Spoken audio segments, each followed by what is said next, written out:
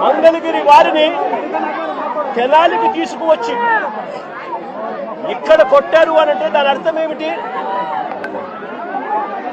మంగళగిరి వారిని తెనాలికి తీసుకొచ్చి ఇక్కడ కొట్టారంటే దాని అర్థం ఏమిటి?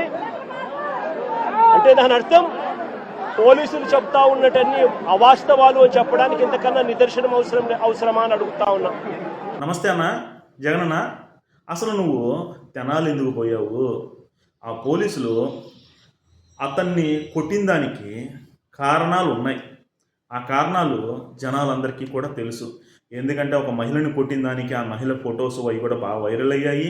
కొన్ని దగ్గర చూడండి, అర్ధరాత్రి తిరిగితే నిజంగా చెప్తున్నా, తెలుగుదేశం గవర్నమెంట్లో ఈ విషయాన్ని నేను మెచ్చుకుంటున్నా.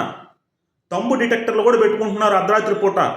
ఎవరైనా అర్ధరాత్రి 11-12 గంటలకు రోడ్లపైన కనిపిస్తే వాడు అనుమానాస్పదంగా ఉంటే వాడి తంబు తీసుకుని వాడి మీద ఇంతకుముందు ఏమైనా కేసులు ఉన్నాయా లేవా అని చెప్పి చెక్ చేస్తున్నారు. నిజంగా చెప్తున్నా, అప్రిషియేట్ చేస్తున్నా హోమ్ మినిస్టర్ని అండ్ హోం శాఖని. అలా ఎందుకు చేస్తున్నారు? ఇలాంటి వాళ్ళు నైట్ మందేసి ఎవరిని చంపాలా ఎవరిని కాల్చాలా అని చెప్పి తిరుగుతూ ఉంటారు. ఇట్లాంటి వాళ్ళని తీసుకొచ్చి పిలిపించి కొడితే నీకేమైంది? అంటే నువ్వు వాళ్ళకి సపోర్ట్ ఏ విధంగా చేసావు? మీరు గంజాయి అమ్ముకోండి అని చెప్పి చేసావా?